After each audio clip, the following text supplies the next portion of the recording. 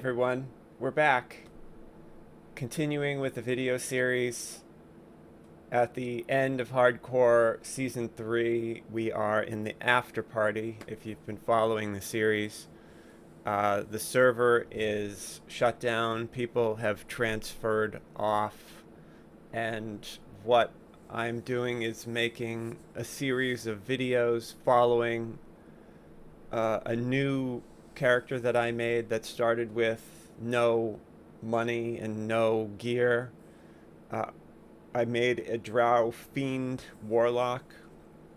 Drow are level adjusted based on the old 3.5 rule set in Dungeons and Dragons. In DDO, that means that they, no matter whether or not you have 32-point builds unlocked, they always start at 28. So I am on a 28-point build. I'll go over my gear. The plan for today is that we are going to go do Devil Assault on hard, and then after that we will run over to the Feywild and perhaps try to get some loot. And we will also talk about essential Artificer spells and essential Alchemist spells for the Hardcore League.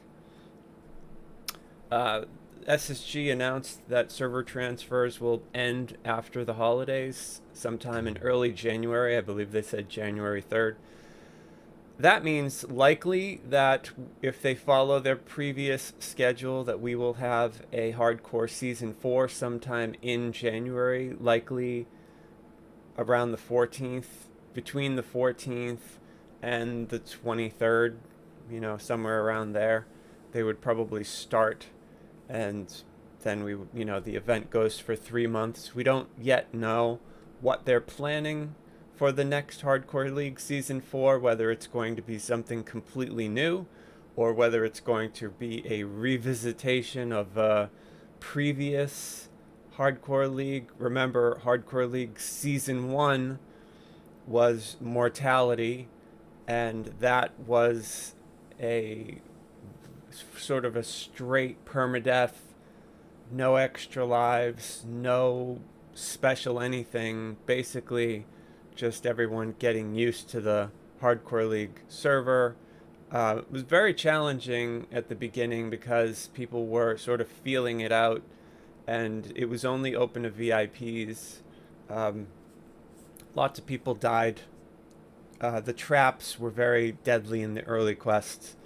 After that, SSG analyzed the data, and they realized that a lot of the early traps were just murdering everyone. The most deadly thing in Hardcore League Season 1 were the traps, especially the ones out in Korthos. You wouldn't think, because that's a starter area, but a couple of the traps out there were just killing hundreds and hundreds of players. And the most dangerous, the most deadly quest we covered was the Butcher's Path. On Elite or Reaper, people were dying to the Kobold Shaman lightning bolts and other things that go on in that quest. You get rushed. But so I made a video on how to do that quest safely. But they have changed. They analyzed the data in Hardcore League Season 1. They toned a bunch of the traps down. And then for Hardcore League Season 2, it was Shavarath themed. The Devil Invasion. So we had special champions. We had the rewards were all themed towards the Demon and Devil Invasion. People did a lot better in Hardcore League Season 2. I think that the community learned how to sort of approach the event, what to do first, and things that I'm going over in the video here with you guys. I learned in all 3 of the events. So, what do you do first? What do you do second? What are very smart things to do? What are very dumb things that you don't want to do? And we've gone over that. If you guys have watched my previous videos, there's many hours worth of us talking in depth about this stuff. So I encourage you to go check them out. And then Hardcore League Season 3 was Archon themed. And anyone who knows the eternal battle in Shavarath is between the Archons, the devils, and the demons. Well, this one was Archon themed, and because it was Archon themed, the Archons were able to grant players extra lives. So, Hardcore League Season 3, we got the extra lives. You got an extra life at level 8, you got another extra life at level 16. That created a very solid buffer. One of the things that has haunted the Hardcore League since Hardcore League Season 1 is very bad server lag. Sometimes it is unplayable, and people in Season 1 and 2 who were going for top spots on the leaderboard and invested a lot of time and real money on their characters, whether they reincarnated, you have to buy or grind for those hearts, whether they put tomes, ability tomes, skill tomes, whether the person got cosmetics, whether they bought any other helpful things like potions or assistance. Yeah, this stuff costs money, and so Season 2 was extremely bad because SSG was having difficulty with one of the builds of the game. That there was a lot of lag, especially in Sharn, that people were just dying. They'd get all the way to level 30 and die, and then because Season 2 had no extra lives, a lot of players just stopped. They would, they weren't going to reinvest whatever they had already invested. So Season 3 made a buffer, allowed for players to invest resources and potentially suffer a lag death here or there and then continue. So I have a feeling that the extra lives will be revisited somehow, because it's sort of a built-in insurance policy against DDO's ever-present lag. Now, a lot of the really hardcore players may say, "Hey, well, that's not in permadeath as it should be." But here's the thing: I disagree with that, because DDO is almost 15 years old. You have to remember that Turbine, when they originally coded this game back in 2004, 2005, and then they launched it in 2006, and when the game launched, all of the Turbine developers that worked on the game were then tasked to rework on, I believe, Lord of the Rings. They also, remember, were doing Acheron's Call. And Turbine did a great job, but all of those people were eventually let go, because no developer keeps the original development team. You keep a maintenance team. Well, later on, they rehired people, not the same people, to do Menace of the Underdark. And then, fast forward to when SSG purchased a turnkey candy machine video game. Really, it doesn't require any work. They just need to basically maintain the servers. The game is already there. All they do is add content, which is basically like adding new candy to the candy machine. But the fundamental machine is how it was, 14 years ago. And so when they add new content, this specifically is when they added Sharn, some of the content lagged out really bad. Whether it was systems, I'm not sure. They have done a lot of work behind the scenes fixing these old systems that just don't work well.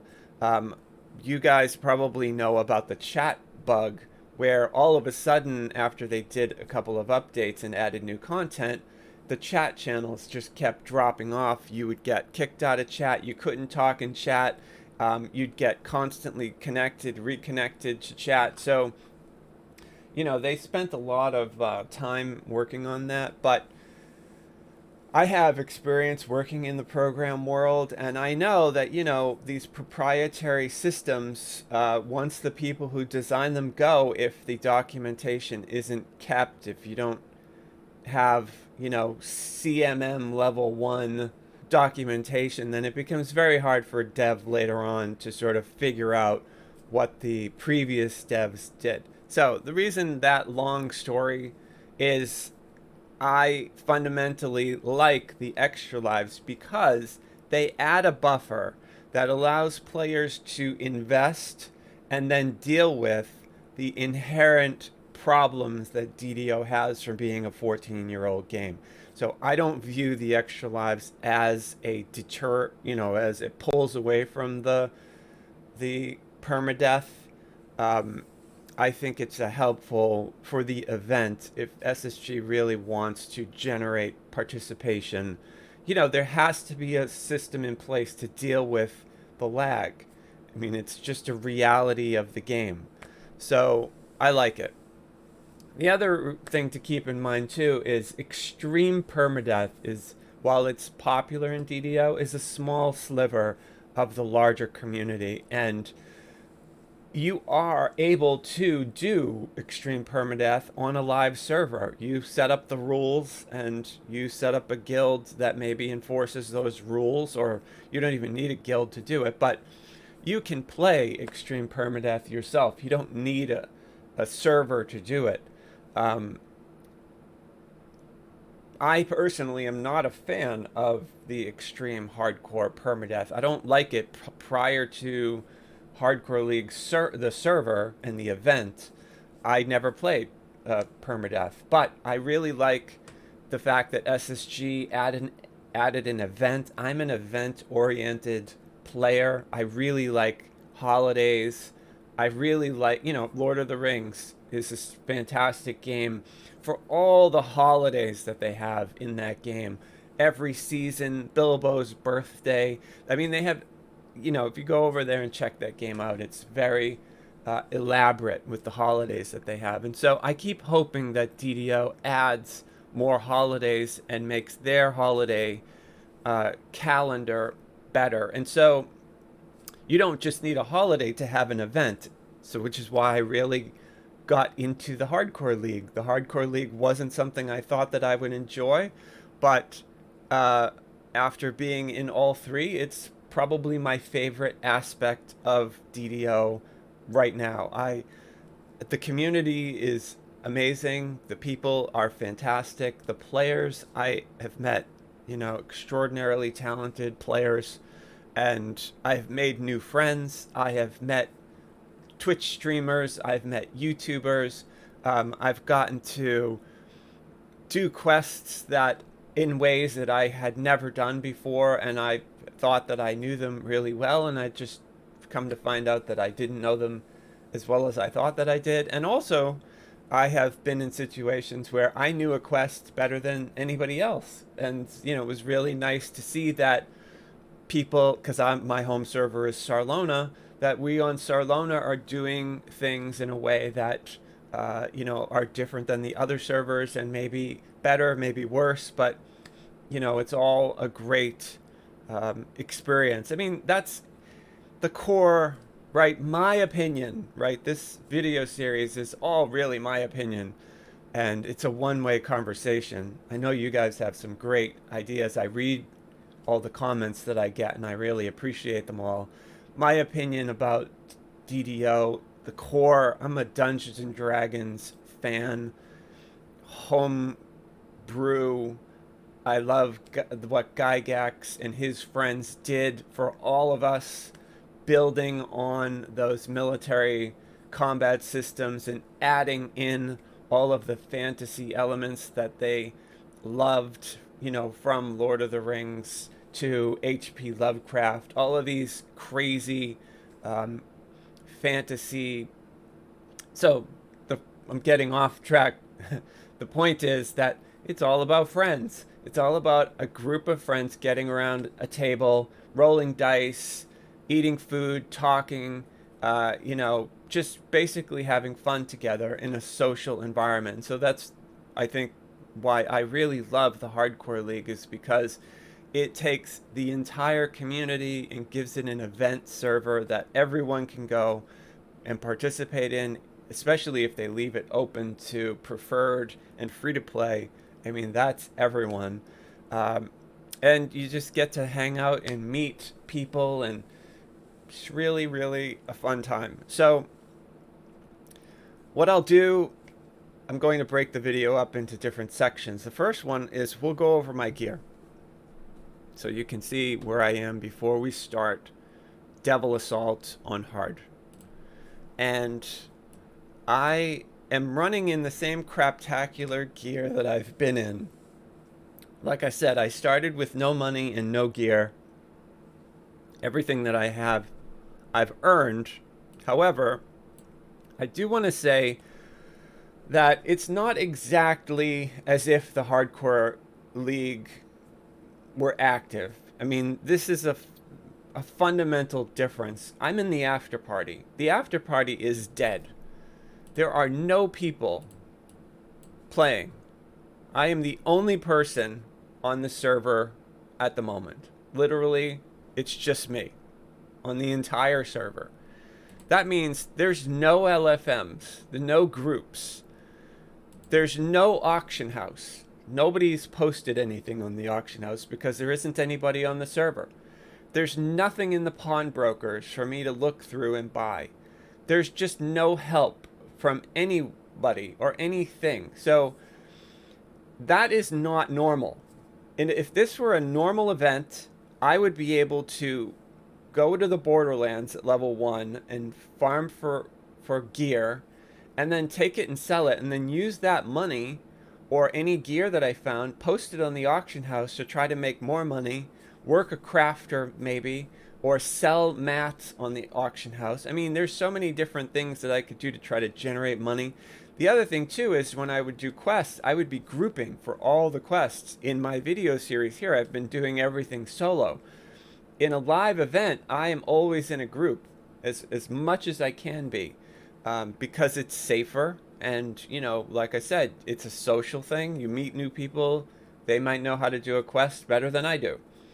So it's not 100% accurate to what you guys, if you're watching it and you've never done a hardcore league before and you're trying to get some advice, the advice I'm giving you is solid, but I want you to understand that it's not exactly what a live server experience would be. There are just some things that are different. And the other thing that's different, and I'll zoom back into me for a second so I can show you this, is that I'm a season pass holder. And I'm on the tail end of the season pass. I bought the season pass in 2018. It's now 2020. It was a 24-month season pass. I got 2 years. And as a gift for buying the season pass, I have a free daily gold roll. That is not normal. And anybody watching this who's not a season pass holder would not have access to that. You get 1 gold roll per week and 1 free silver roll per day. But I would recommend that if you're just a normal player and you're not a season pass holder, you want to do every roll that you can for free, because I'll do my gold roll now. This is the free one. This ends December 31st, so I will not get these anymore. But so you can see I got an XP crystal and then Scrolls of Deadly Weapon. And then here's my free silver roll. This is what you guys would get every day. I got a potion and I got a stone of XP. But one of the great reasons why you want to do the free silver rolls every day and your free weekly gold roll is on a low dice roll. If you roll low, the rewards are usually platinum. So of this 114, I'll zoom back into the game so you can see. Of this 114,000 platinum that I have, you know, I've probably won maybe 40,000 platinum through the gold and silver rolls that I've been doing since I started this video series maybe 3 weeks ago. That's significant. Now, like I said, if this were a live event and there were other people and the auction house was up and the pawnbrokers were up, and there would just be a lot of other ways that I could take this money or this, loot that I'm, like this necklace, for example, I could try to sell that. And I could parlay that stuff into more money, or, make myself a little bit of a power base that way. But because this is the after party, because the server is shut down, because there is nobody playing on it right now, it is not an accurate portrayal of what a live event would be like. But that's okay, because we can still go over how to do certain things, how to stay alive, how to do certain quests, how to maximize your survivability, what the essential spells are, what the most powerful builds are, what a good, I talked about what I think the best races are, the best classes. So, we're doing our best.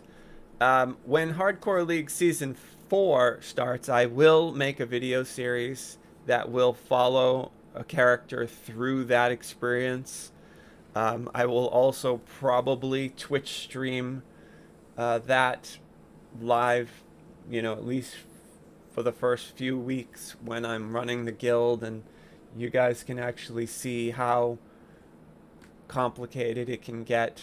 I haven't decided yet. I have a Twitch channel set up, but I don't know whether I'm going to do it as a YouTube series or whether I will do a Twitch stream. At this point, because the Twitch channel is brand new, I don't know if I would get many viewers. I think I'll get more viewers on YouTube, but we'll see. We'll see. So here we are at Devil Assault in the marketplace. We are going to, like I said, this quest is different than the other quests. You'll notice on normal it's level 6, on hard it's level 12, on elite it's level 18. And what we are going to do is do it on hard. We are level 10. And I will go over my gear really quickly. I got the Crown of Snow and the Cloak of Autumn, which is giving me the Seasons of the Feywild set bonus. And that gives me extra hit points. I still have my +4 Charisma necklace. I'm still using the Runic Trinket. I'm using a Death Block belt with False Life 19. I have a +3 resistance is really why I'm wearing this ring. It also has protection on it. Still using the Impulse gloves, still using the Speed 15 Featherfall, still using the Ring of Change. I have +3 dodge, proof against disease on my bracers, and I'm still using the Fortification 67 Armor Class 5 robe. The stats that they give me: 25 armor class, which is terrible. Remember, I only have the buckler now that gives me some hit points and some cold resist. And I'm still using the Barovia Scepter. The cosmetic I won in one of the free gold rolls. I didn't buy that. My saving throws are pretty terrible. All things considered, my reflex save is very low. 22 Constitution is pretty low. Missing 30 Charisma by 1 point. I am almost 100% Fortification.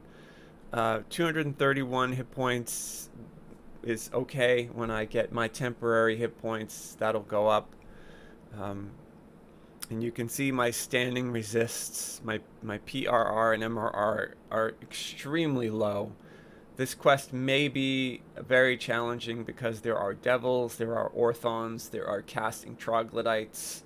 So in order to sort of maximize my survivability in this quest, am going to want to pin proof against poison wand, because proof against poison right now, even though I have it as a yellow augment, I have a +2 proof against poison gem.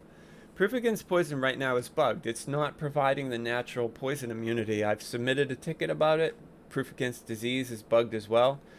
If we read the description, grants the wearer immunity to natural diseases. If this was poison, it would say grants immunity to natural poisons. But that's not currently working. And so the reason I mention that is troglodytes, they have one of their things is the stench. And that stench counts as a natural poison. You go near it, if you smell it, you get nauseated if you fail your save. You should be immune to that with a proof against poison item. You should not get nauseated. You should be immune because it's a natural poison. However, you will see in this quest I am not immune. And I will get nauseous and therefore run much slower, and that will likely make it much more dangerous. So I'm getting this proof against poison, this neutralized poison wand ready so I can jump cast it and keep neutralized poison on me as long as the troglodytes are out. I also have my protection from evil for when the casters come out, just in case, so I'm not held or commanded. And I have no freedom of movement, so we'll see what happens there. There is a chance that I could get held, but like I said, we're going to do this quest on hard. And it will be hard. Because I'm on an empty server and there's nobody I can group with, I am using digital summoned buddies. These summons will probably die because this quest can get very challenging. However, we're going to do our best. And if we were on a live event, I would say to you that it's always better to not use hirelings. You'll be a better player. However,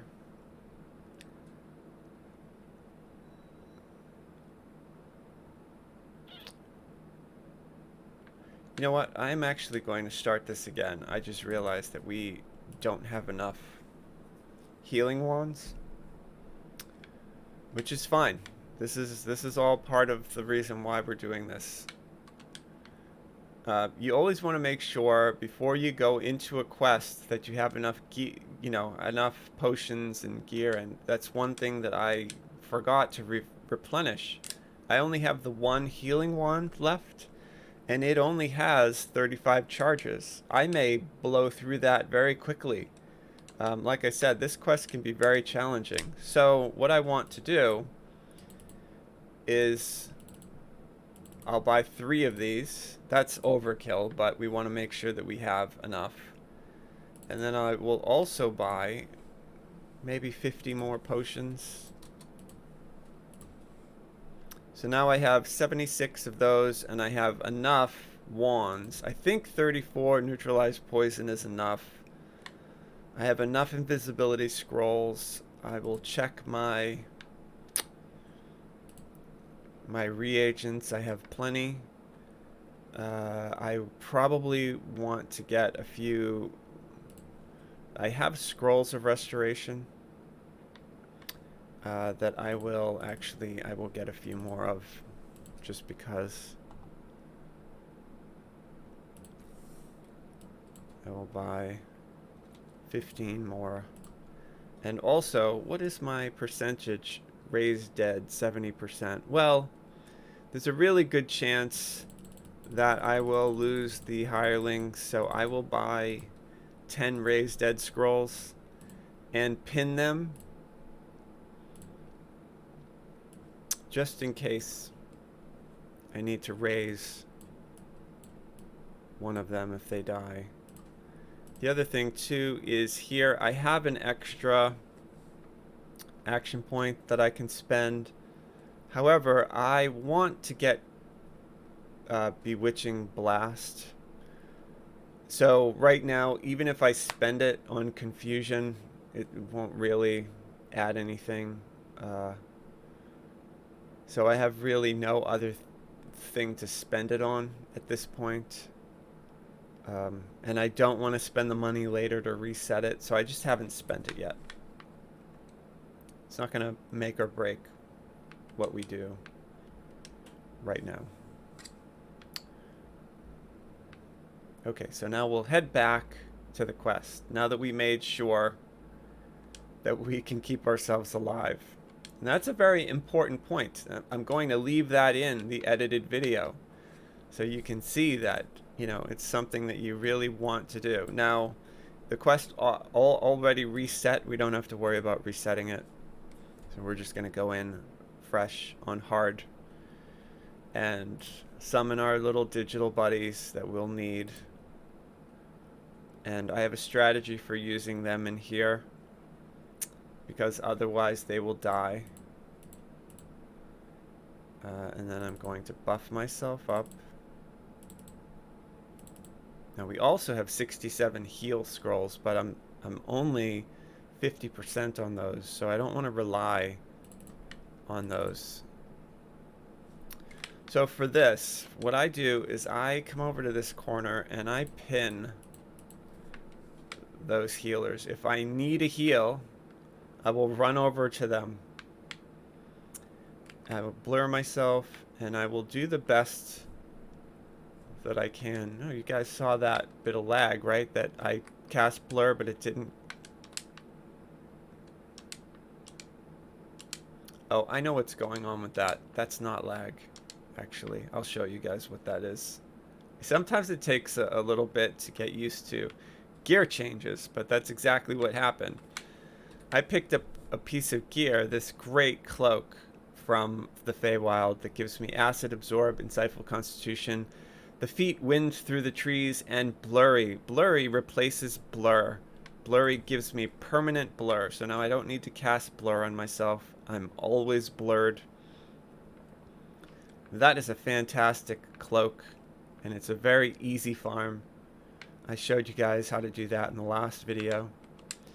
And so here, what I want to do is I want everything coming for me. I don't want anything to go aggro on those NPCs. I also, because champions hit so hard, and because this quest is a level 12 hard quest, I want to kite as much as I can. I don't want to let any champions get close to me because they could hit really, really hard. You can see that I have a champion attacking my NPCs. They seem to be doing okay versus it, but once the orthons and the devils start to spawn, they can kill the NPCs very quick. You can see I got a remnant chest in the air. It's always nice. And the NPCs, the hirelings, should reset back to their pins. I might actually have to repin them. You know, they like to run around in this quest,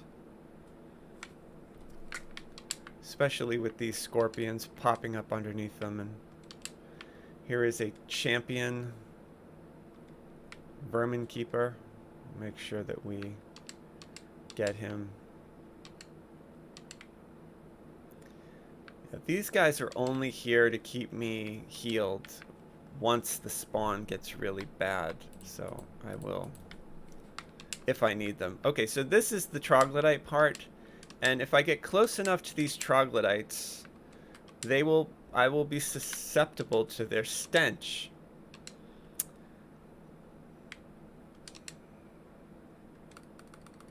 The lions also can trip, so you don't want to let them get in melee range of you. If you have a way to, you know, unless you are a melee.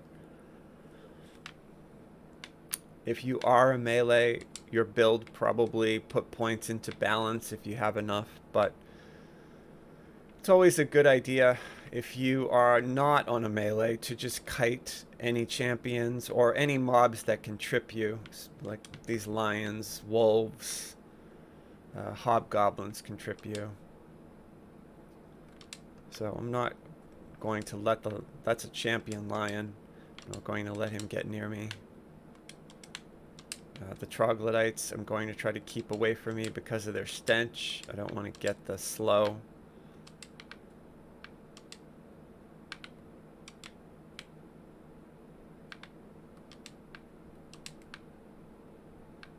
And so you can see what the waves are and judge whether or not you think that your tune, the build that you're playing, would be able to handle this.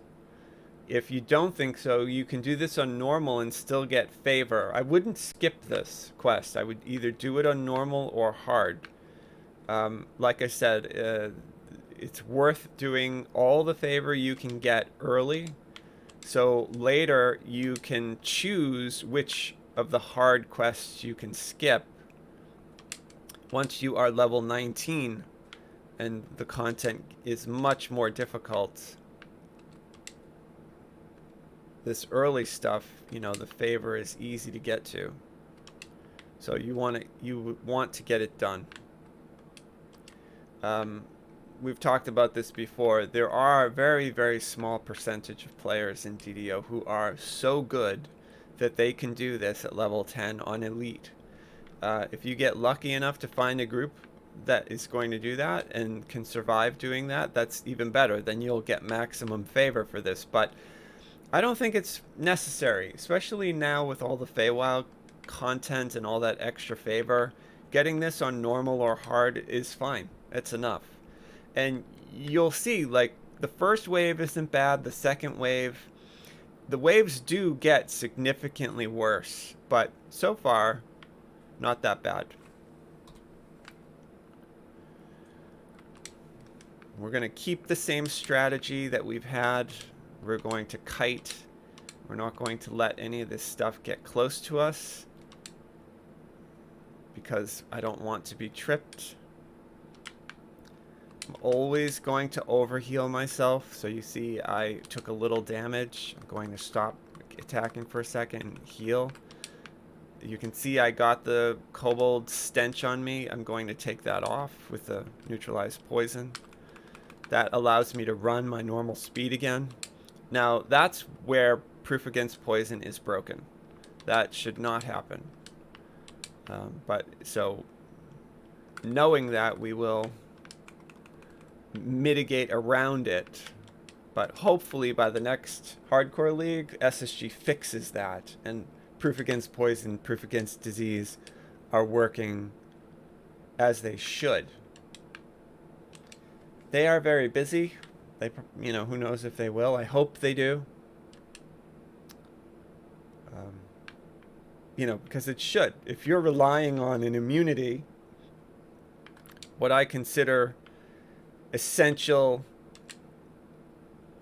for survival in the hardcore league, if you're relying on a piece of gear, whether you invested in an augment or you farmed for a proof against poison item or, you know, something, you want it to do what it's supposed to do. You know, they need to make sure that the magical items are working as intended. And if that's not the intent, if they're changing it for some reason, let's say they decided that they're not going to grant natural poison immunity, well, then they need to update the text. They need to inform the community that they have changed the way those items function, because likely that would change my recommendation to where I wouldn't think it would be that necessary, because all it is a bonus. At that point, if the immunity isn't in place, it's just a bonus on your saving throws. And while bonuses to saves are nice, you know, there are other ways to get bonuses to saving throws without taking up a whole slot or wasting money on an augment or you know, a piece of gear. In the early game, I think proof against poison and proof against disease are fantastic items as they used to work, but if they are no longer going to give us that natural immunity, then, you know, likely they are completely useless items. So, you know, we'll see what happens for the next hardcore league. My hope is, because I'm a Dungeons and Dragons purist, you know, I used to dungeon master games for years. And have been really familiar with the 3.5 rules. I really like the 5E rules. I think they're fantastic. You know, one of the things is that you want to make sure that whatever magic item you give to your players, you explain to them how it works, let them figure out how it works, and then keep it consistent. You know, you don't want to say something does something and then have it, you know, not function. I mean, if you give your players a Vorpal blade, but then it doesn't Vorpal, what's the point? Yeah, and that's the same exact thing in DDO for for the, all of its magic items. We really need to make sure that we are getting what we pay for. So this fight is extremely challenging because he will dispel you and just spam magic missiles at you. So if you don't have magic missile immunity, that fight can be very challenging. He also will do the nausea, the cold, the troglodyte stench, and he also puts up acid clouds, which will slow you. He also will shoot a disintegrate at you, so you need to strafe and move away from him. He is a dangerous fight. Don't underestimate that fight that we just did. I was able to kill him pretty quickly, but he is not something to just shrug off unless you are a baller and you are doing massive DPS and can kill him really quickly, or you have permanent magic missile immunity. Make sure you keep your resists on. He was throwing acid at me. Make sure you dodged and used the environment. He was shooting disintegrates at me. And disintegrate is just a fortitude save, and you take half damage. But if you fail your fort save and you take full damage, you can be killed very quickly with a disintegrate. So you don't want to get disintegrated. Now, because the fight's going to get much more difficult, now we get devils. I'm going to summon an Archon to give me a little bit of DPS, and I'm going to put up a Sleet Storm. And I'm not going to go in the Sleet Storm because I do not have freedom of movement. However, I will try to angle and use it, so that monsters have to run through it. And I will just keep putting that up. I also have Evard's Black Tentacles that I will use as needed. Oh, I need to switch back to my AoE. And because I have the Sleet Storm up, I'm going to try to drag things into it. And there you can see they hit it. There's a champion devil. I have to kill him quickly because he can probably hit me very hard. To stay away from him. Yeah, you can see he is hitting me very hard. Now the heal I got is because I bounced by where I pinned my healers. Oh, and there's Faden. She ran out. I have to make sure I repin her. The champion, you can see how hard they hit. The champion just murdered the Muse. However, my cleric got the Muse back up. Gonna make sure everybody's healed. I'm gonna pull them over here and repin them and put them on guard. Make sure I have my defenses on. I have permanent blur. Oh, there's a caster. He hit me with the Ray of Exhaustion. I take that off with the Restoration Potion. Use the environment to block their spells. Just keep dancing around. Try to grab the aggro. Lead these.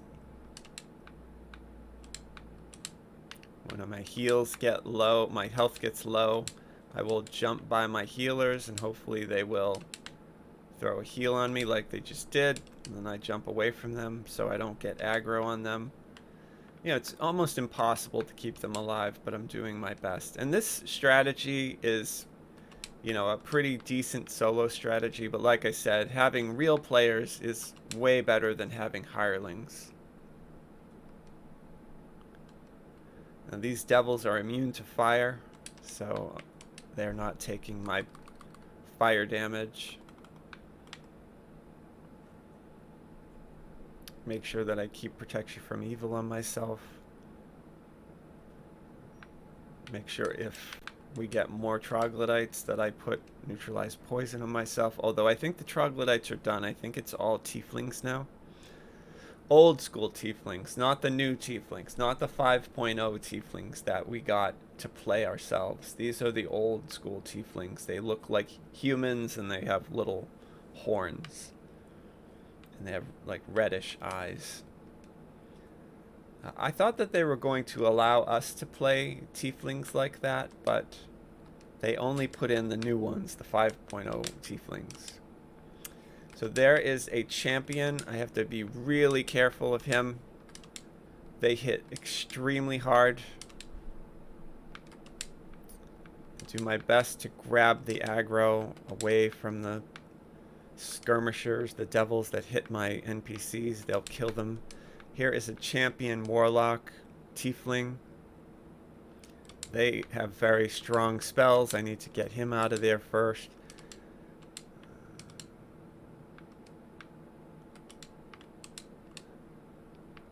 Okay, I'm going to jump, cast, and heal myself. Refresh my protection from evil. Still got 5 minutes on my resists.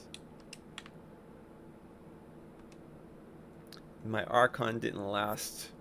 My Archon died almost instantly. But, you know, it took a hit for me.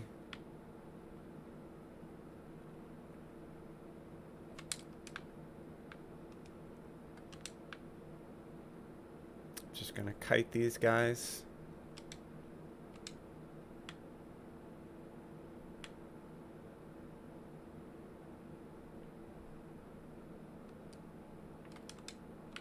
There's a champion caster. I want to make sure I stay away from him. Line of sight him, LOS. I will do my best to LOS this. There's another caster I need to take out. You can see you need to have magic missile immunity in here. They do a lot of magic missiles. Now here is the final fight. I'm going to make sure that I help my NPCs out so they don't die. The best I can.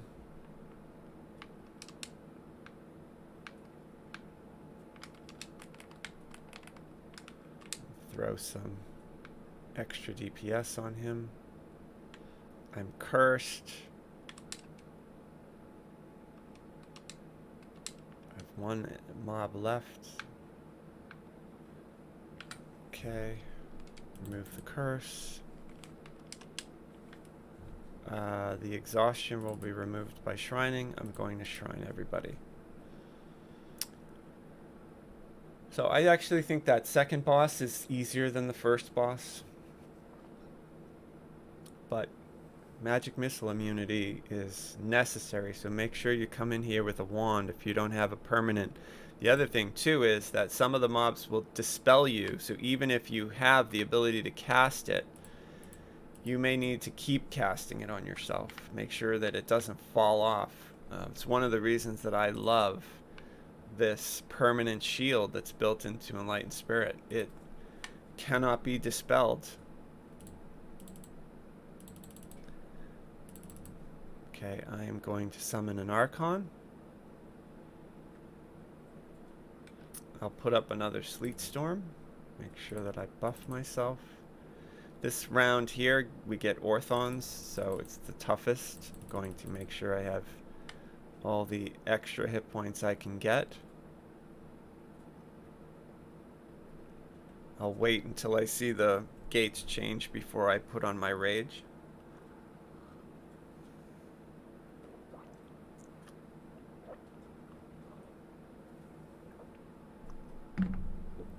And you can tell when the next wave is going to start, the gates will do a little sort of a shimmer.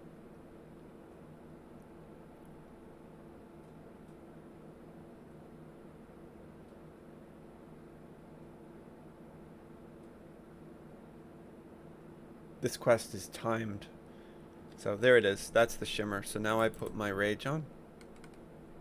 And I also cast my Sleet Storm. And we'll use it to drag the Orthons and the Lions that can trip through. They all went for the Archon, so he did his thing. Gave me a little bit of time. Jump around my own Sleet Storm. Drag everything through it if I can. Remember, I don't want to go into it because I will be slowed and blinded and everything, but if you have freedom of movement, you can sit in it. It's important. Oh, see, I got stuck in it. It's really important to make sure that you LOS these monsters. Keep yourself healed. I might actually throw up another Sleet Storm on each of the gates just to help me, you know, give me a little bit of time when the monsters spawn. Okay.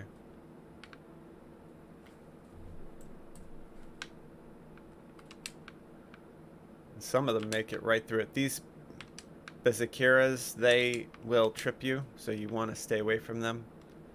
The Orthons can hit very hard, and they have a long range on those halberds that they carry. And if they're a champion, they can hit really hard. So you got to stay away from them. Same thing for the Berserkers. We'll do our best. The Sleet Storms are doing their job. They're slowing the monsters that come onto the field. Some of them are falling down. Some of them are getting confused. See him? He's sort of sitting in it. He can't really see what's going on. That gives me a chance to... Oh, and this Warlock, look, he got knocked down. So, I mean, that's great. You can see why Sleet Storm is so essential and why I recommend it.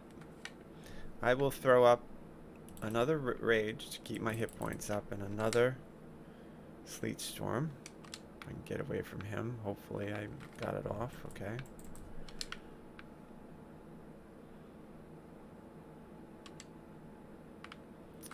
Okay, that's great. Throw up another one right here.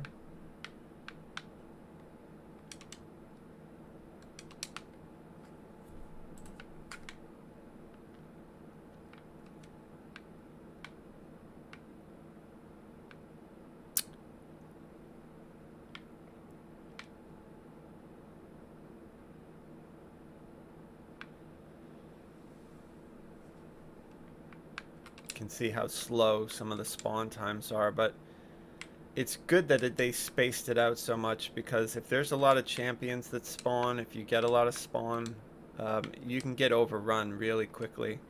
So my health is dangerously low. I need to make sure that I get it up, because I could be tripped.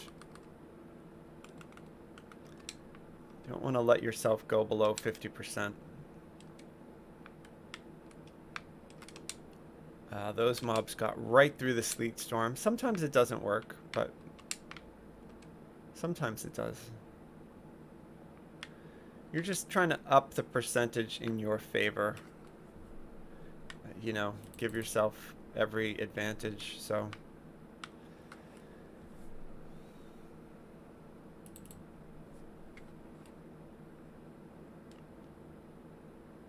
Oh, I got knocked down by my own Sleet Storm. Hopefully there isn't anybody near me. Nope, let me get out of there. There we go.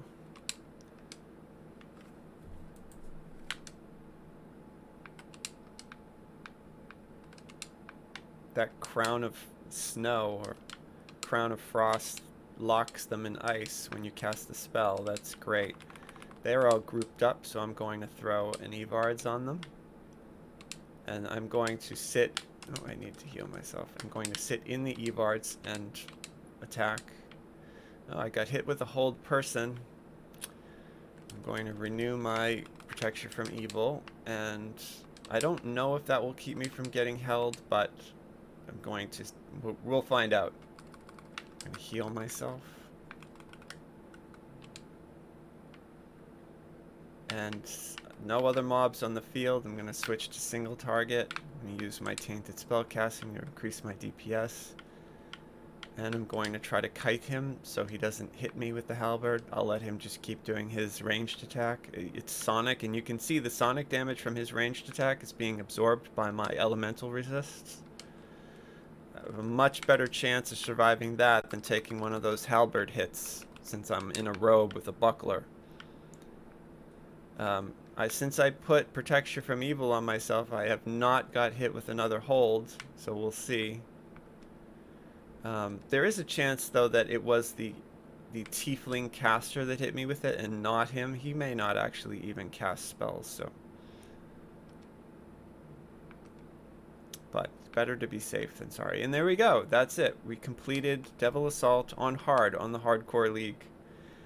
You get 4 chests plus any optional, remnant chests. The loot can be okay. Not fantastic, but not bad. Any bit of loot on the Hardcore League is good. Oh, somebody just died. I saw a death message. A level 4 warlock.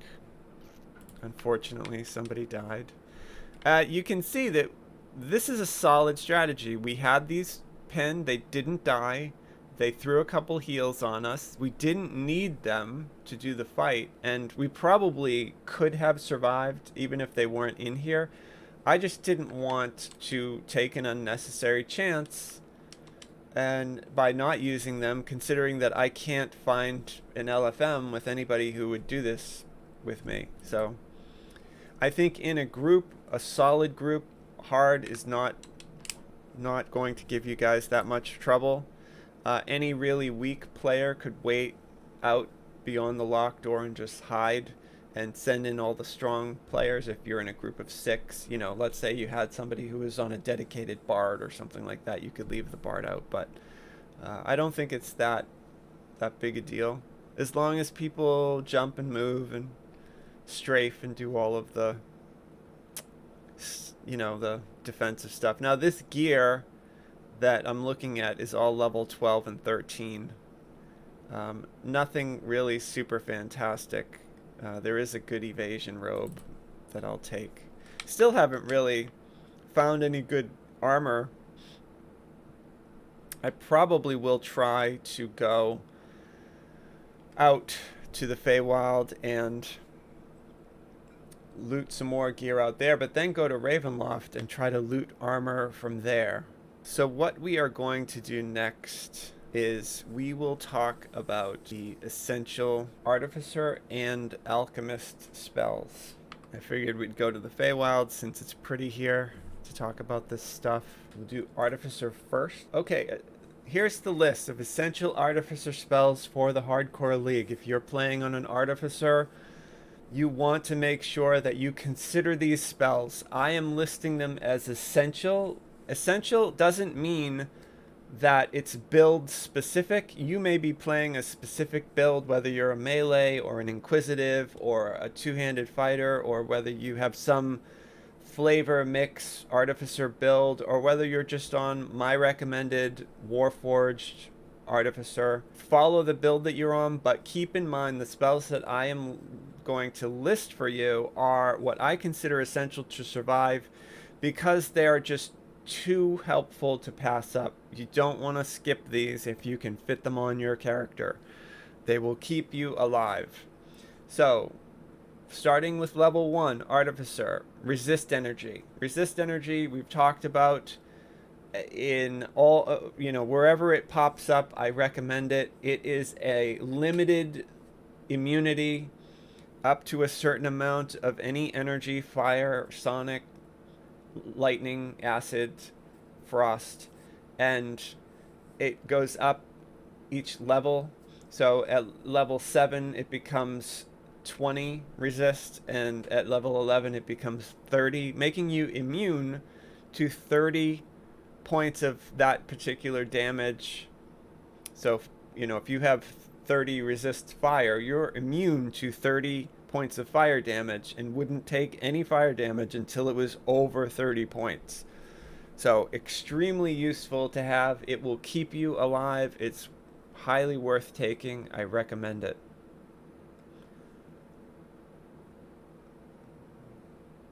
The next spell is Protection from Energy.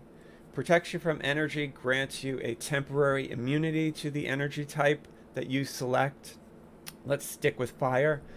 It is 12 points of energy per level. So if you're a level 10, That's 120 points of fire that you are completely immune to. It functions like a temporary hit point towards fire. So once you take 120 points of fire damage, the immunity would be gone, and then you would be left with whatever hit you, hitting your fire resistance or any native resistance you have. Let's say you're a tiefling or something like that. But protection from energy, take it. It will keep you alive. Highly, highly recommended. Another spell that I think is essential for the Hardcore League, just because it's all around usefulness, is Stone Skin. Stone Skin wards you against damage by putting an adamantine shell on you. The only thing that can bypass this damage reduction is adamantine. Not a lot of monsters use adamantine, and it gives you a base DR of 10, meaning that of every physical attack that you get hit with, 10 for the first 10 points will be ignored. Up to a certain amount per caster level. If you're level 10, you will get a Stone Skin with 100, and anytime you take damage, some of the points will eat out of that 100 until it dissipates. It's like having more hit points, highly useful, and will keep you alive. The next spell that I consider to be essential for the Hardcore League is Protection from Elements. Protection from Elements is one of those spells that I think is super essential because it's better than Protection from Energy in the sense that it protects you from every. So you get an immunity to all different fire, frost, acid, cold, lightning with one spell. So you want to upgrade your protection from energy to protection from elements as soon as you can take it. Another very helpful spell for the Hardcore League is Radiant Force Field. Radiant Force Field is a spell that's built into some of the builds. So if it's built into your build, I would take it. But the reason why I think it's fantastic is you are surrounded by a shield that absorbs 25% of all damage that you are susceptible to for the duration of the shield.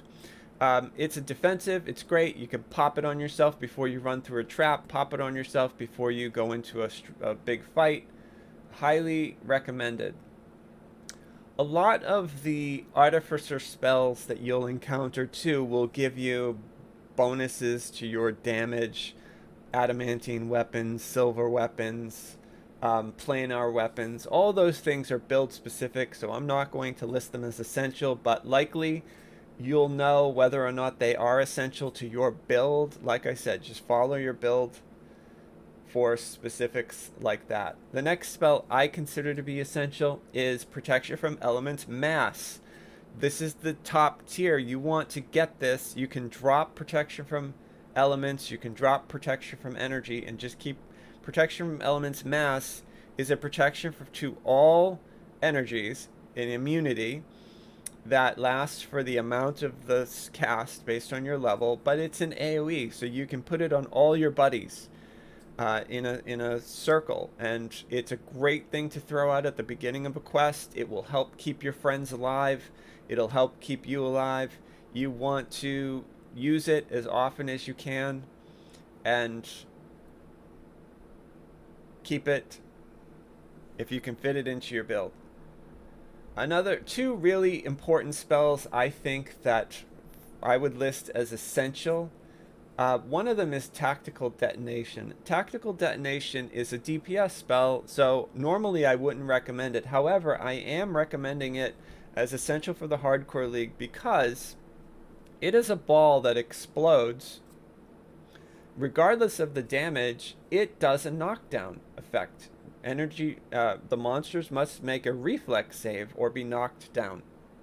Now, a lot of monsters don't have good reflex saves. So you can knock down and do some CC for your party as an Artificer. It's just a very useful spell. Anything that gives you that CC.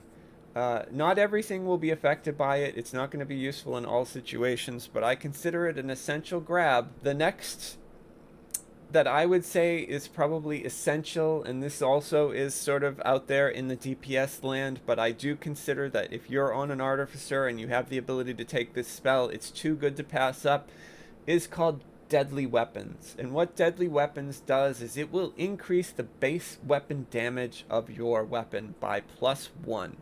So that means if your short sword does 1 to 6 damage, and you get Deadly Weapons cast on you, your 1d6 short sword now does 2d6.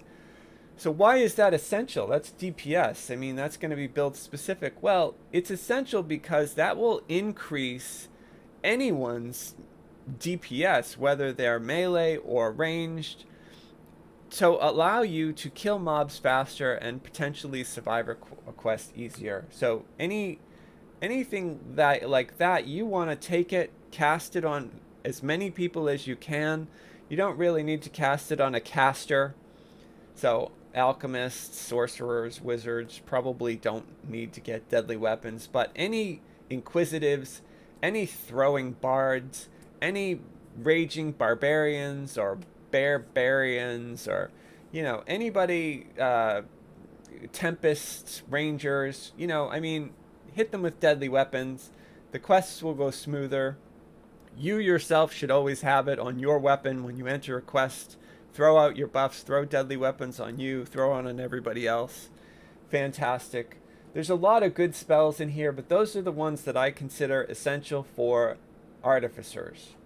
We'll now take a look at Alchemists. Alchemists are the most recent addition to the spellcaster classes in DDO. There's all different ways to play Alchemist. You can play pure spellcasting bombardier Alchemist. You can play an inquisitive shooting poison. You can play a healer. You can play a hybrid. You can take levels of Alchemist with levels of rogue. You could make some crazy hybrid build that allows you to do, because alchemists get a lot of really good core feats, and they have access to things that other classes just don't. They are a solid. I played one in Hardcore League Season 3. I made an alchemist to do loot running, and I really enjoyed it.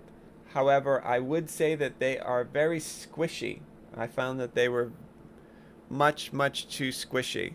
Alchemist spells, essential for the Hardcore League. So before I start this, I would say that a lot of these spells in the Alchemist are build specific. If you are a healer, if you are a chucker of potions, a bombardier, or if you are some sort of hybrid melee or ranged DPS, you're going to pick spells based on that build. Follow the build that you are playing. I'm going to not mention heal spells as essential. Obviously, you need to have heal spells or a method to heal. My feeling on Alchemist right now, as far as heals go, is that the healing on an Alchemist is terrible. Why? Well, because you need to throw a bottle of curing potion at the target you want to heal, and that is subject to the physics of Dungeons and Dragons Online, meaning that you could chuck a potion and it just misses, completely misses. It's very hard sometimes to throw a bottle. You wouldn't think it is, but very hard sometimes to throw a bottle and heal at your own feet. You cannot throw a bottle and heal yourself when you are feather falling, for example. Just doesn't work. The devs just have not worked out a way to get the self-healing on an alchemist to work correctly. So as a result, I personally, when I was on my alchemist, I got my UMD up so high that I used heal scrolls and heal wands and regular potions to heal myself. I didn't even bother with the admixtures because they don't work that well. So I'm skipping any of them for this essential list. You will make your list based on what you think work for your build. That being said, I will go over what I think is a very helpful list of essential spells that you might want to try out for your build. The first one is level 1, Fine Dust. Fine Dust is a spell, you throw it and any monster caught in it needs to make a reflex save or be tripped. And so it's a low level CC. A lot of monsters don't have good reflex saves, so you can get a trip off on them. Doesn't last that long, but still, it might give you a little bit of time to get away, get out of dodge. The next essential spell is Elemental Skin. Elemental Skin mutates your skin to give you a alchemical bonus to elemental resists. I've already talked to you about how important resist energy is, how important elemental resists are. Elemental Skin will give you a base immunity to the elements, a limited immunity up to a certain number, very similar to resist energy. You want to take this, you want to keep it on yourself, it'll keep you alive. It covers all the different cold, acid, electric, fire. Don't think it covers sonic though. So you may have to wand cast resist energy for that.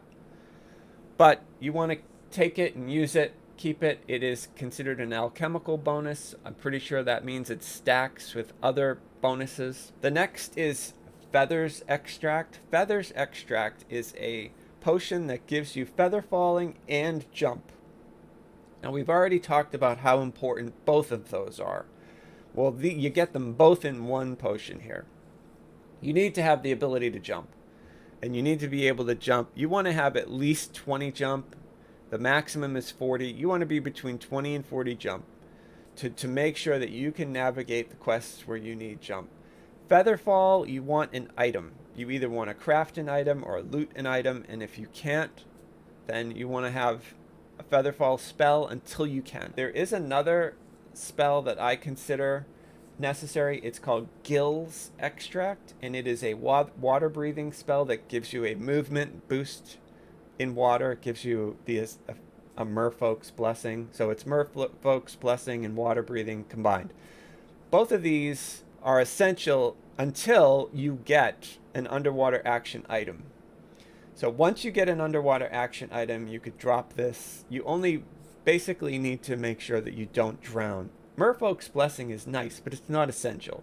To be able to swim faster is nice, but it's as long as you won't drown, you're okay underwater. The next spell that I consider essential is the Lesser Restorative Draft. That is equivalent to Lesser Restoration, and you want to follow these all the way up. The Restorative Draft, the Greater Restorative Draft. You always want to make sure that you have the ability to restore ability damage, to restore levels that you lose. So taking this, unless you have another option, unless you're using wands, scrolls, potions, if you are, you can drop this spell, but just make sure you work that in to your your goals. You want to have this sort of thing covered. The last one I would say is Flash Powder. Now Flash Powder is another AoE sort of, it lets you throw down one enemy, I believe, touch, and it lets you try to stun them. It's a fortitude save. It doesn't always work, but it is a stun, and it could save you. Now, also keep in mind, there are other spells that I think that, you'll probably tell me, hey, you didn't mention this spell. Well, I'm just telling you my opinion of what I consider essential for survival. There are a lot of alchemist spells. You can experiment with them. You can read other people's opinions on builds. The next spell that I think is important to have is Greater Venom Vial. Greater Venom Vial is a DPS AoE, and it's the first AoE that you get access to, which is why it's important. It's poison, so it's not going to affect everything. However, it is a magical projectile that explodes in an AoE. Any foe caught within this, and so it allows you to do AoE damage early in the game. You will swap it out based on whatever element you switch. Let's say you decided to go frost or acid. You'll eventually switch this out because it's poison. But in the early game, in low level, I'm putting it on essential because it is the first AoE damage spell that you get access to that can help you if you're getting rushed by a lot of mobs. So it's very important to have a solution for that. The next Alchemist spell that I consider essential for the Hardcore League is a spell called Glue Bomb. Glue Bomb allows you to lob a vial of sticky glue-like substance at enemies, which will stick them like a web. It's very similar to web, a little bit better, I think. Highly useful. You want to take Glue Bomb and use it. It's a great CC. It's much better than the CCs up to this. So much better than the stun, much better than the dust, the Glue Bomb. The next is Liquid Courage. Liquid Courage is heroism in a bottle. You put that on yourself. It's a buff, +2 morale, attack, save, throws, and skill checks. Lasts 1 minute per caster level. You want to have this. You want to upgrade it to greater Liquid Courage as soon as you can, which is essentially greater heroism. You absolutely want to take that unless you're going to scroll cast greater heroism or drink heroism potions, or if you can't fit it into your build. But you always want to have heroism or greater heroism on yourself. It's just too good to skip. As soon as you can get into whatever element is your specific AoE. So if you go frost, you want to take Bitter Frost Burst. If you go fire, you want to take Molotov Cocktail, etc. And then you can drop the poison AoE and focus on that AoE. It's important to stick with your specific, but again, this is not a build guide. This is not a recommendation on how to build effective DPS Alchemist. I'm just telling you essential spells for survival in the Hardcore League. So you're going to have to really focus in, read up on the build that you're playing, and get instructions on what spells you should carry based on that. And then consider the spells that I've said as essential for survival. There is a spell called Flash Freeze, which will lock enemies in solid ice, and they are then considered stunned and helpless. They have to save fortitude in order to avoid this. Highly useful. Take it. Use it. I think SSG may have nerfed this since the last, but I know on Hardcore League people used Flash Freeze a lot, and it worked really well. Maybe not so much now, but you try it and test it out. I consider it essential. I mentioned Restorative Draft here in this level. Now we have greater Restorative Draft. You want to just keep upgrading these if you're not carrying Restoration Scrolls or Potions or a Wand or whatever. The next most essential Alchemist spell for the Hardcore League is Displacement Draft. And we know that Displacement is a go-to spell. It's going to keep you alive. It gives you 50% concealment. 1 out of 2 attacks is going to miss. You want concealment, you want displacement, take it. I have not mentioned the evolution spells, but they are also significant. They boost your ability, an ability score that you select. I'm not listing them as essential, but they are definitely spells you want to consider because they will increase your whatever ability you select. So for me, on my character here, Platinum, is her main stat is Charisma. I could increase my Charisma.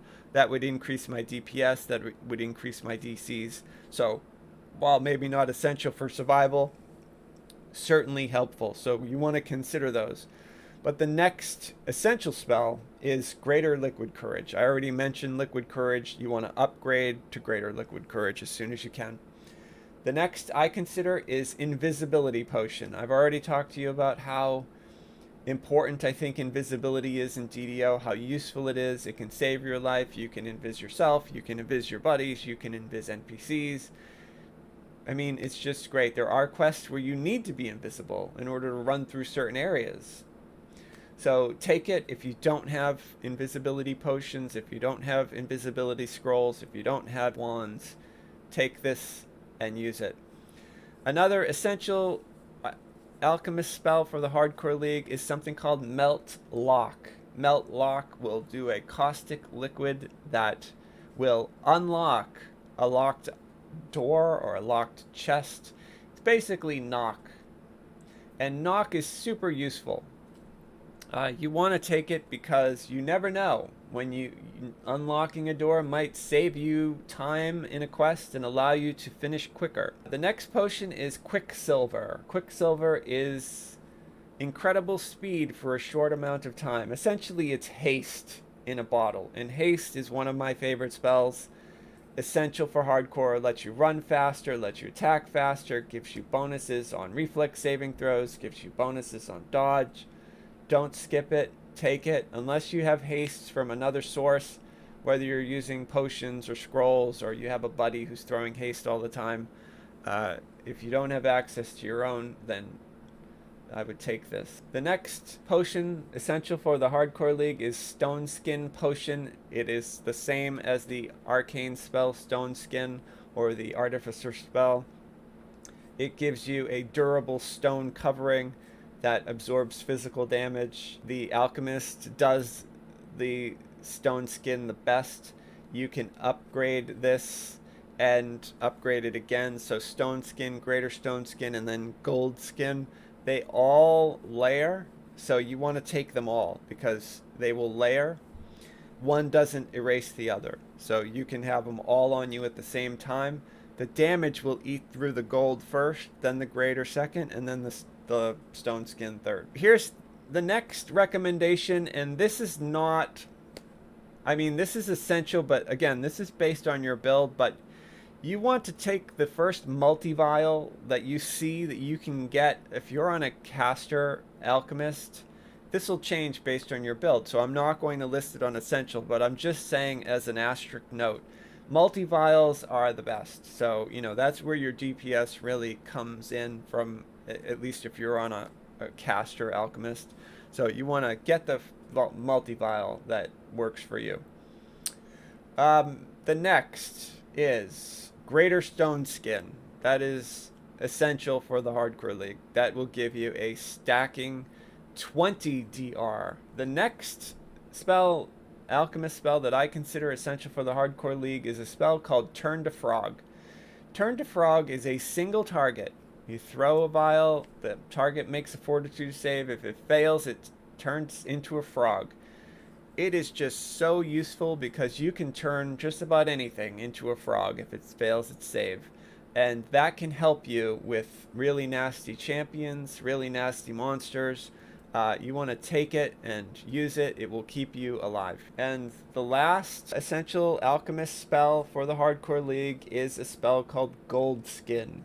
Gold Skin turns your skin into a metallic metal gold, giving you a resistance to physical damage of 30. Like I said, it stacks with Greater Stone Skin and Stone Skin. So you want to have all three of those spells and keep them on you at all times. That will allow you to soak up a significant amount of damage. Considering that alchemists run around in robes all the time, you want to take this spell. I think we might try and go do Dead Girl. Dead Girl is in House J, and it is a tricky quest. There's traps.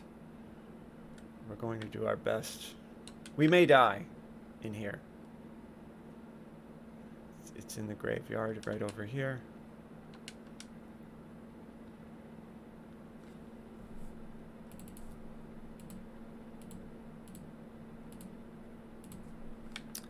And I believe this quest is timed. This is Valak's Mausoleum. On Elite.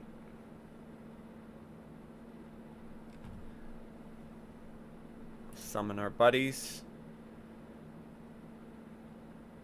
We're going to pin them at the door in case we need them. Put them on aggressive. Throw my buffs. There are lots of traps in here that I remember, so since I have no trapper, I need to make sure that I do my best to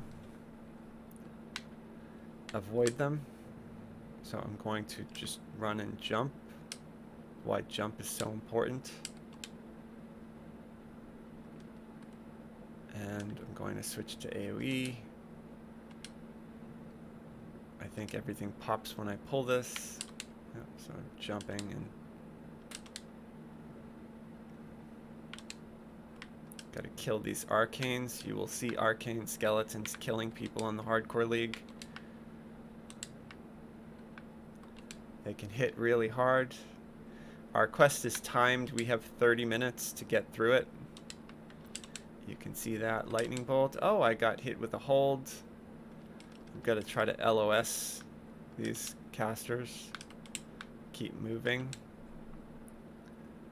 So protection from evil does not protect against holds. I guess I need to get freedom of movement, which I will get once I go farm the boots out of Ravenloft.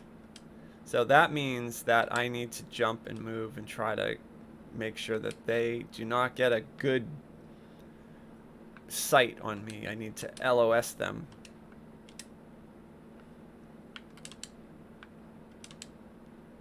Utilize the environment to make sure that they don't hit me. And now I don't remember where every trap is. We'll do our best to not get murdered by a trap, but it's possible. So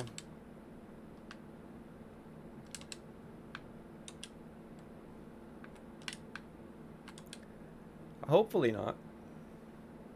I'm gonna re-rage myself because that is important hit points. I'm going to put my feigned health on, and like I said, I'm just going to keep jumping through the trap areas. I think there's traps in here. I know I'm looking for levers. Yeah, here's one lever. Oh, there's a wraith. Got that lever. Okay. Basically jump casting. Okay. There's another lever.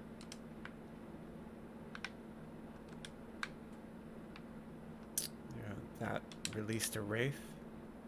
Now I don't have death ward. I have death block. But I don't have death ward, so I'm not immune to negative energy. So that means I can be level drained. I am susceptible to level drain.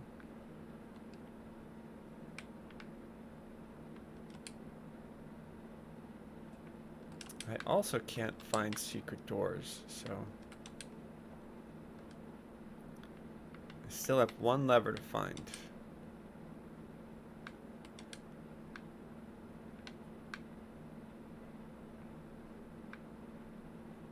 Gotta navigate our way through this maze.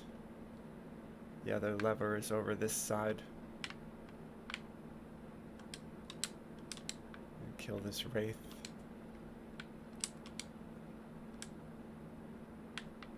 Okay. There's the lever. Okay, I'm not sticking around. I don't want to hit any traps or fight any monsters that I don't have to. So I'm just gonna run through to the doorway. Oh, I went the wrong way. Okay, there it is. Now, I don't know where the traps are. I think they may be on these stairs. So again, I've got 5 minutes on my... Yep, there's one trap. Cast it. Make sure we get healed up before we move. We just hit 2 traps, but I'm healing through it the best I can. And now here, I know that there's levers over there. You see those valves? I have to hit those valves. So we're going to run over and do our best to avoid this I'm going to refresh my protection from evil and hit these valves.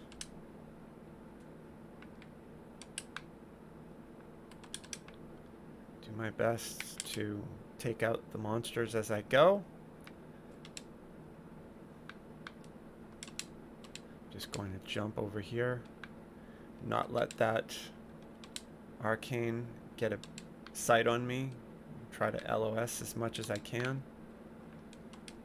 I'm gonna go pick up this collectible here.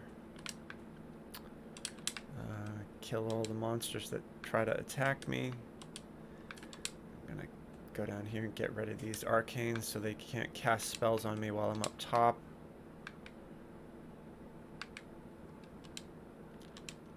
Now you can leave the archers, but just doing my best to make sure that I got everything. Looks like I did, so I'm going to jump down here to that open door, skipping the stairs because I don't know if there's traps on the stairs. So try to go right through the door. It looks like I hit something, or maybe that's a monster that's there that was hidden. So now I have to go off to each side here, and I don't know if these hallways are trapped. I'm going to do my best to not stand still. It looks like I could have avoided going this way.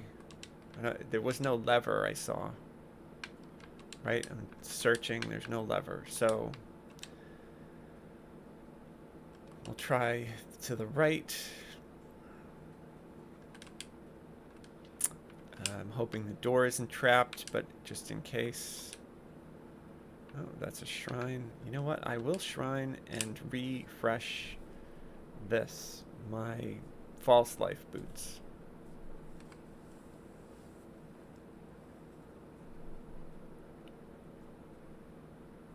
Okay, I'm going to redo all my buffs.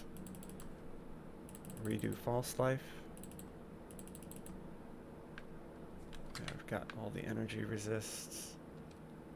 Nice. The false life gives me an extra, so I get 42 fake hit points. Now, this whole hallway could be trapped, so I'm going to do the same strategy. Just jump through, keep moving forward.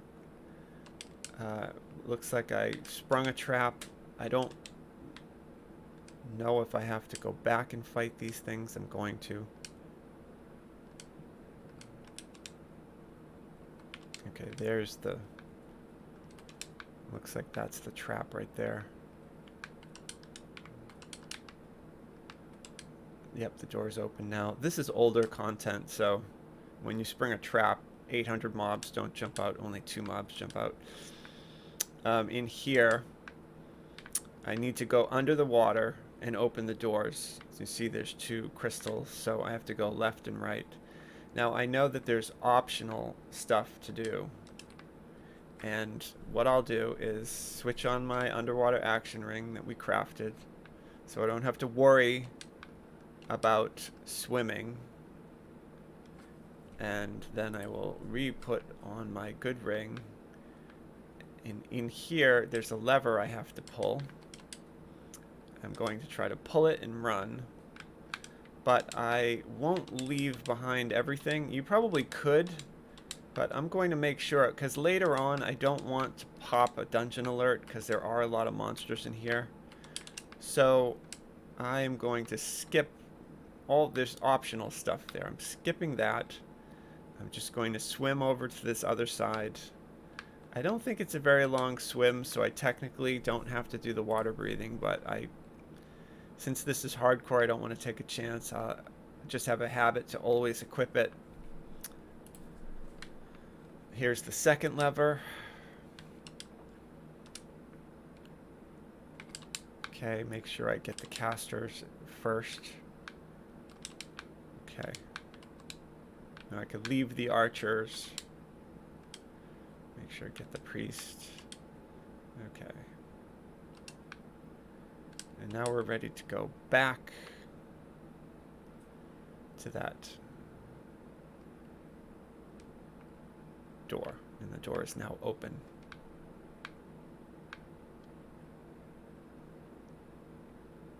going to refresh my rage. Increase my hit points a little bit. I have to do a hallway, so I'm going to put more fake hit points on myself. Now, as an extra defensive, I could even put fire shield on myself. Oh, I think I'm going. Am I going the wrong way? I am going the wrong way. Yeah, it helps to sometimes to keep this map up so you can see where you're going. So there's the door I opened.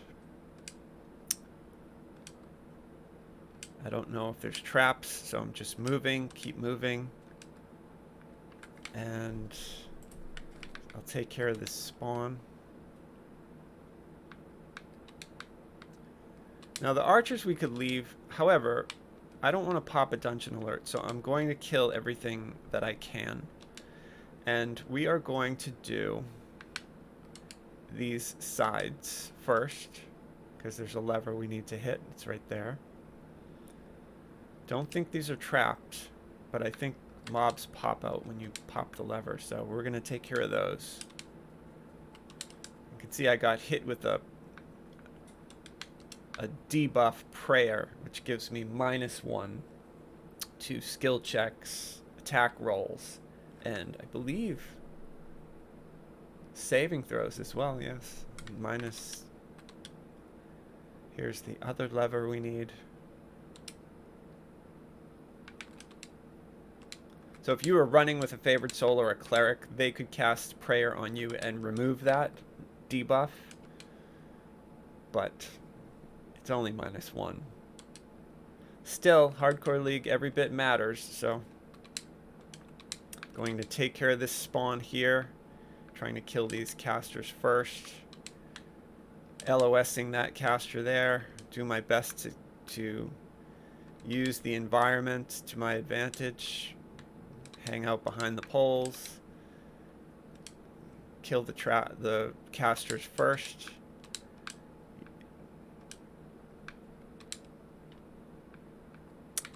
And again, you could leave the archers, but I don't want a dungeon alert. Here's another lever that we need.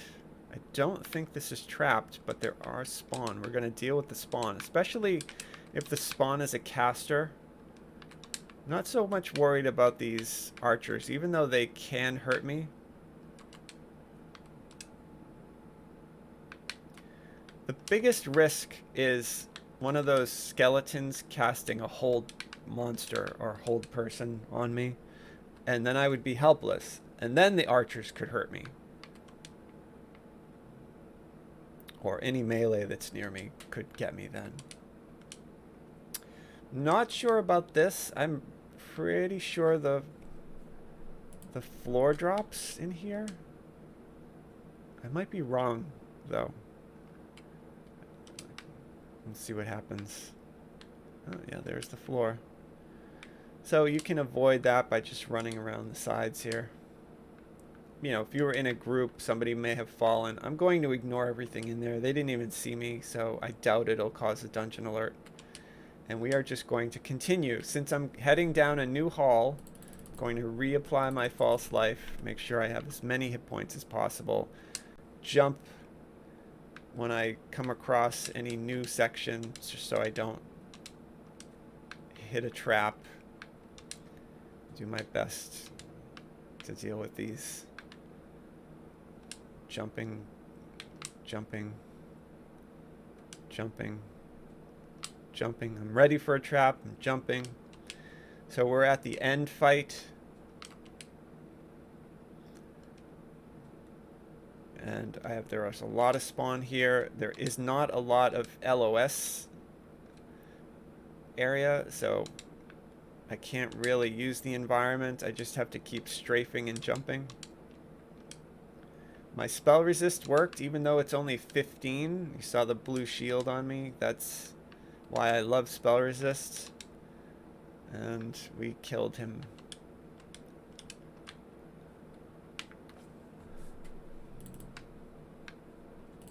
The last thing to do is acquire the book. And the book, I'm pretty sure, is right there. We have plenty of time, so we'll do that. There it is. We finished Dead Girl on Elite on the Hardcore League.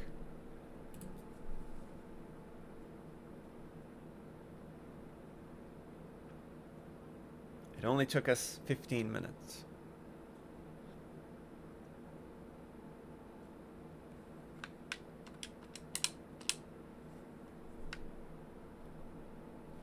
She gave us a rose diamond.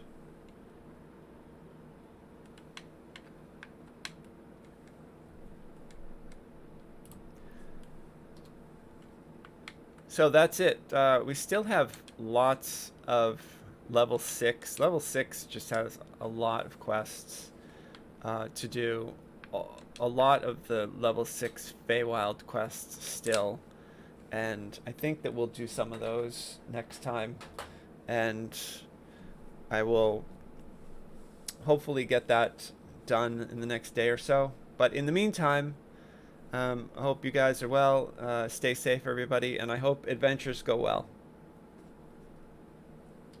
Join us for more. I plan to do lore videos for each quest in DDO, as well as the raids. Plus, I will be releasing more Session 0 videos for DDO on topics such as player character races, the religions of Eberron, the Last War, and the Mournlands, the Dragon Marks, the Dragon Marked houses, and much, much more. Click the like button if you enjoyed this video. Comment down below. I like interacting with other players. My main tune in DDO is named Mary. I am on Sarlona. I also have a guild on the Hardcore League. My guild is Death Smile. Please say hi if you're on either of those servers. Subscribe to see more Adventure AI content about DDO, Dungeons & Dragons Online, and gaming in general. I also play Star Wars The Old Republic. You can join us at Adventure AI on Discord. Check us out on Twitch. Check us out on Twitter. You can go to our Patreon and become a patron of the channel, where you would get access to all of the scripts, the images, the music, the videos, as well as behind the scenes, and the ability to request topics for me to make future videos. Thanks very much. I hope you have a great rest of your day, and I hope your adventures go well.